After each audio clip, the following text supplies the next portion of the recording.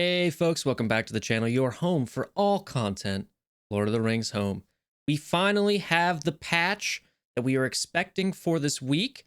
I have the patch notes copied here, so let's get through it. There's some big things in here that I want to discuss, and I wanted to get a quick video out about this. I'm going to skip things you probably already know about or that we don't need a lot of time to explain. This is all the details for Lord Balin's adventure that's starting next Monday, October 2nd, okay?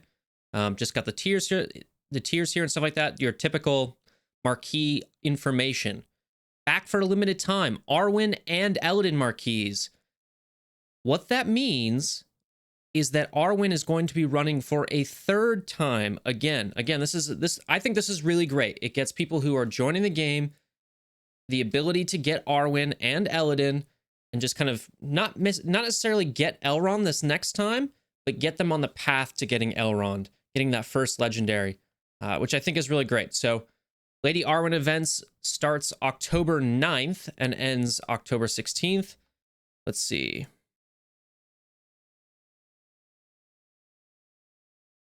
October 9th. So Balin's event here goes to the 9th. Then the Arwen event is going to be running again. And then the 11th, so that Wednesday, is when Elladan's event is going to be running. And that runs to the 18th.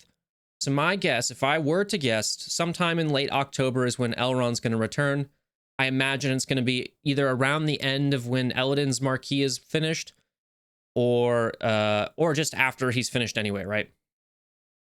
If you already completed the marquees, you can't do them again, and they took out the last tier of all the marquees. Right here, Elrond of Rivendell is returning. Keep your eyes peeled for news on his event coming later. So they haven't quite given that to us yet, but I think we can pretty fairly estimate end of October, or middle to end of October for Elrond's return.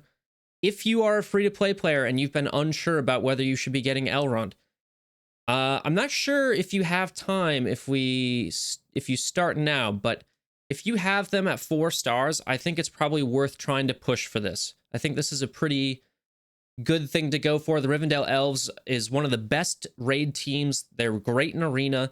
They're good in all the game modes. I think it's definitely a team that you should build up, and it's worth pursuing.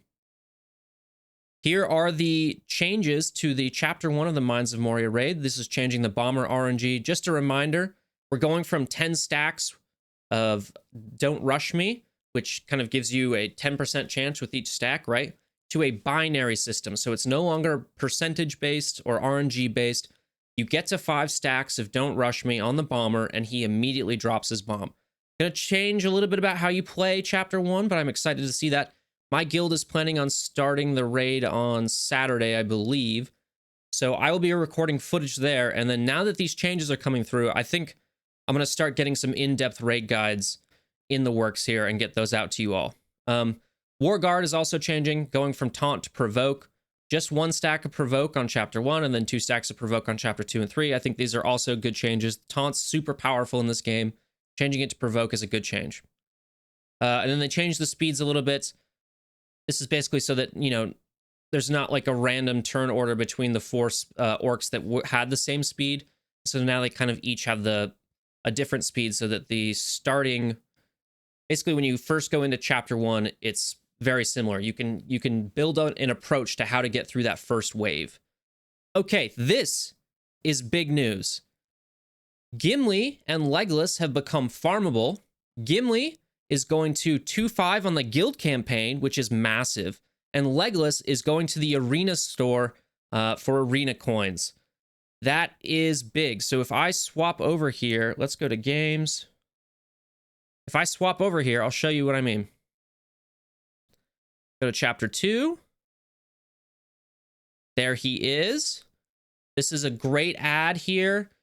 I think Gimli and Legolas are probably both worth getting up eventually. I think their farms are going to be faster than if they were on a hard node, so maybe you can delay getting them up just because they don't have a fellowship team right now, but you definitely want to have them up for when Gandalf comes out, or when you get Gandalf, rather. I think that's probably a smart move. So you should think about the timing there. When do you think you're going to get Gandalf? So once your guild starts to get those rewards, box 2, box 3, whatever, or you start getting those personal rewards, it's time to probably start thinking about that. But Gimli is awesome. He might even just be worth farming up now to 7 stars, and I'll talk a little bit about why in just a bit here, but he's a great character. Let's go to the arena store. Oop, that's that, not that. Okay, arena store. So he isn't quite there yet. Let me just reset. So here he is. If you are close to finishing Eomer, I am still going to recommend that you finish Eomer, probably get him to 7 stars. If you've invested any amount into the Rohan team, I think that is a good investment. So finish off Eomer. But if you're placing high enough in arena, you're probably getting a good amount of tokens here. So you can sometimes end up double farming characters. So I was doing that with Eomer and Shagrat for a while. Now I'm going to focus on doing Legolas and sometimes Shagrat as well. So I'll just do that right now. And then when I finish off Shagrat, I'll probably start on Goldburst. Just to, again, to get the character shards out of the way. My mantra is character shards are king. You should be doing that. Legolas, also a pretty good character, right? He kind of acts as this catch-all elf leader. And I think he's going to slot into a variety of different squads. He's not the offensive powerhouse that I wanted him to be, but he's still got some pretty interesting kit mechanics, and I think he's pretty decent overall. But that's definitely something that you should be putting on your radar. I would definitely recommend Legolas over Shagrat at the moment, just because elves kind of have their own meta at the moment, I would say. All right. Biffer's going to the supply store. The following characters are being removed from weekly supplies: Rachma, Miri, Halbarad, Harandil, Sergeant Aura. So you got rid of the Gondor's people and the Ranger people. Halbarad not being in the supply store anymore is a little bit of a blow, because that was an easy way to get those shards. Otherwise, it's just challenge store, right? People being added are Gaz Ironhide. That makes no sense why you would put him in there. Shagrat also makes no sense why you would don't buy Shagrat or Ironhide from the premium store, from the weekly store. Keely, Feely, and Fro is an interesting thing. There's also an offer that just came up for shards of Keely, Feely, and Fro. Gimli going to the guild store or guild campaign as well. To me, don't take my word for it, but to me, this is starting to seem like maybe the dwarves are going to be used for some sort of legendary unlock. Whether that legendary is Thorin or Azog or something like that. I'm not sure, but the way things are lining up, this is kind of looking like maybe dwarves are going to be used for an unlock. So we'll see.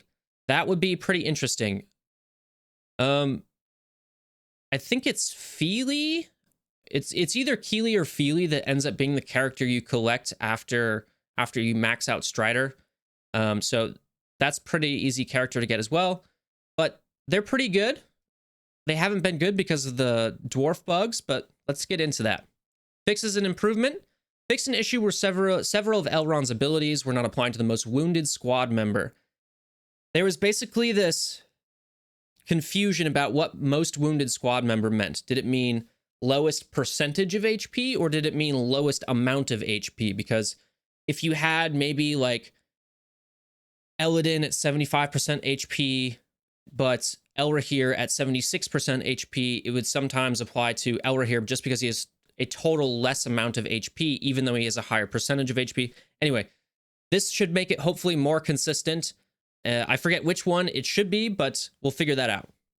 Fixed an issue that inadvertently allowed certain passive abilities to be counted as boons and banes, and this allowed characters like Frodo and Naramiri to trigger their passives in unintended ways.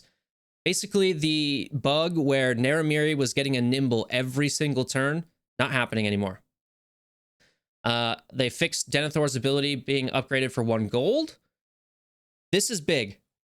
Fixed an issue in Raids Chapter 2 where Keely's Special 2 Kill at Your Service was not stacking bleed correctly if the Moria Cave Troll had boons. Essentially, it was not viewing momentum as a boon that Keely could use. So now if the Cave Troll has a decent amount of momentum and you are able to land these bleeds, it should automatically be 4 stacks of bleed, and that's going to be massive for getting the Cave Troll down into that topple regime. That's a big fix. One of the big dwarf fixes we need. Resolved an issue where Biffer's Special 2 sticky situation was not applying slow to the Moria Cave Troll. So it sounds like the Cave Troll has the large tag now. Biffer, he was basically sold as this ability, with this ability to take down the Cave Troll and apply a 2-turn slow, which is very, very powerful. Didn't work when it initially came out. Now it does. Another big dwarf bug fixed.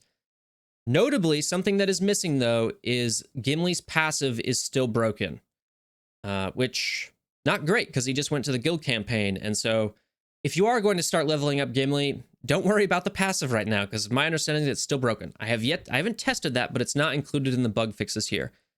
With these updates to the dwarves, when my guild gets to chapter 2 this week, I will record more footage and we'll just check it out and see how well they do. And we get more of an accurate assessment of how well the dwarves do in chapter 2 of the raid.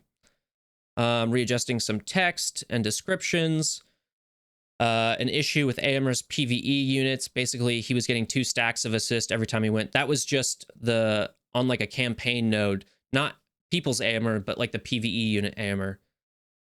The web store Remember Me functionality now works correctly. I know that was bothering a lot of people.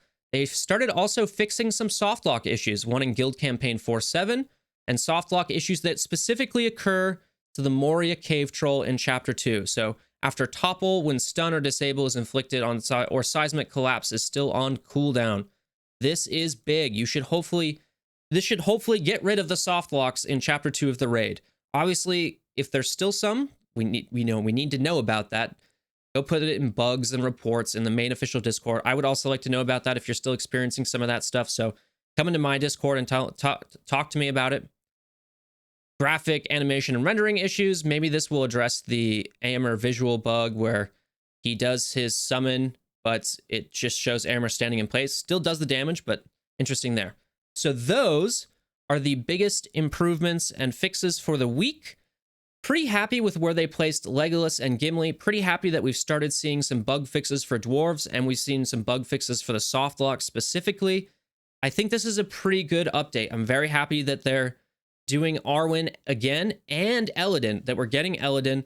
This is giving a lot of people time to get their Elrond teams ready, or, unlock teams ready for Elrond. With all this stuff that we've seen, I am now leaning towards dwarves being an unlock. But, that is yet to be the case. I'm hoping we're going to hear some news either today or tomorrow, in which case I'll make another video and get that out to you about just what the month of October holds for us. But for now, that's all from me. Thanks for watching. Take it easy.